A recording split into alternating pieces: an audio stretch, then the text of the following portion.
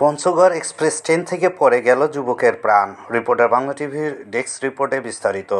দিনাজপুরের বিরামপুরে ঢাকাগামী Panchagarh express train থেকে পড়ে সাগর ইসলাম বয়স ২৮ নামের এক যুবকের মৃত্যু হয়েছে। আজ মঙ্গলবার বিকেল 4:15টার দিকে বিরামপুর স্টেশনের প্রায় 2 কিলোমিটার উত্তরের দেবীপুর গিরিঙ্গি বাজার এলাকায় এ দুর্ঘটনাটি ঘটে। নিহত যুবক সাগর ইসলাম ঠাকুরগাঁও সদর উপজেলার শাহিন ইসলামের ছেলে। তার পরনে কালো গেঞ্জি, জিন্সের প্যান্ট রয়েছিল বলে নিশ্চিত করেছেন বিরামপুর থানার ভারপ্রাপ্ত কর্মকর্তা ওসি মমতাজুল হক। খোঁজ নিয়ে জানা গেছে, আজ বিকেলে 4:15টার দিকে ঢাকাগামী পঞ্চগড় এক্সপ্রেস ট্রেনটি চলে যায়। এর কিছুক্ষণ পরে দেবীপুর গিরিঙ্গি বাজারের অদূরে রেললাইনের পাশে একটি ছেলেকে মৃত অবস্থায় পড়ে থাকতে দেখে স্থানীয়রা। ওই যুবকের মাথা, নাক এবং মুখে রক্তের দাগ আছে।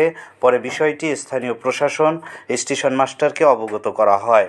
আব্দুর রাজ্জাক নামের এক ব্যক্তি রিপোর্টার বাংলা টিভিকে বলেন, বিকেল 4:30টার দিকে রেললাইনের পূর্ব পাশের ছেলেটিকে মৃত অবস্থায় পাওয়া যায় এবং এর কিছুক্ষণ আগে পঞ্চগড় এক্সপ্রেস ট্রেনটি বিরামপুর অতিক্রম করে।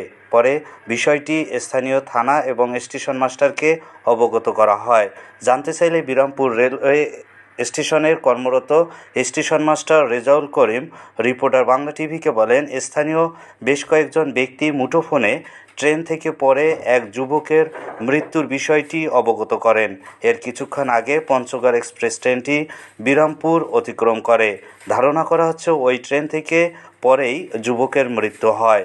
জানতে চাইলে বিরামপুর থানার ভারপ্রাপ্ত কর্মকর্তা ওসি মমতাজুল হক রিপোর্টার বাংলা টিভিকে বলেন, রেললাইনের পাশে এক যুবকের মরদেহ পড়ে থাকতে দেখে এলাকাবাসীরা থানায় খবর দেন।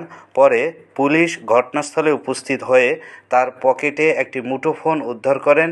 মুঠোফোনের সূত্র ধরে ওই যুবকের পরিচয় নিশ্চিত করা হয়। মরদেহটি উদ্ধার করা হয়েছে।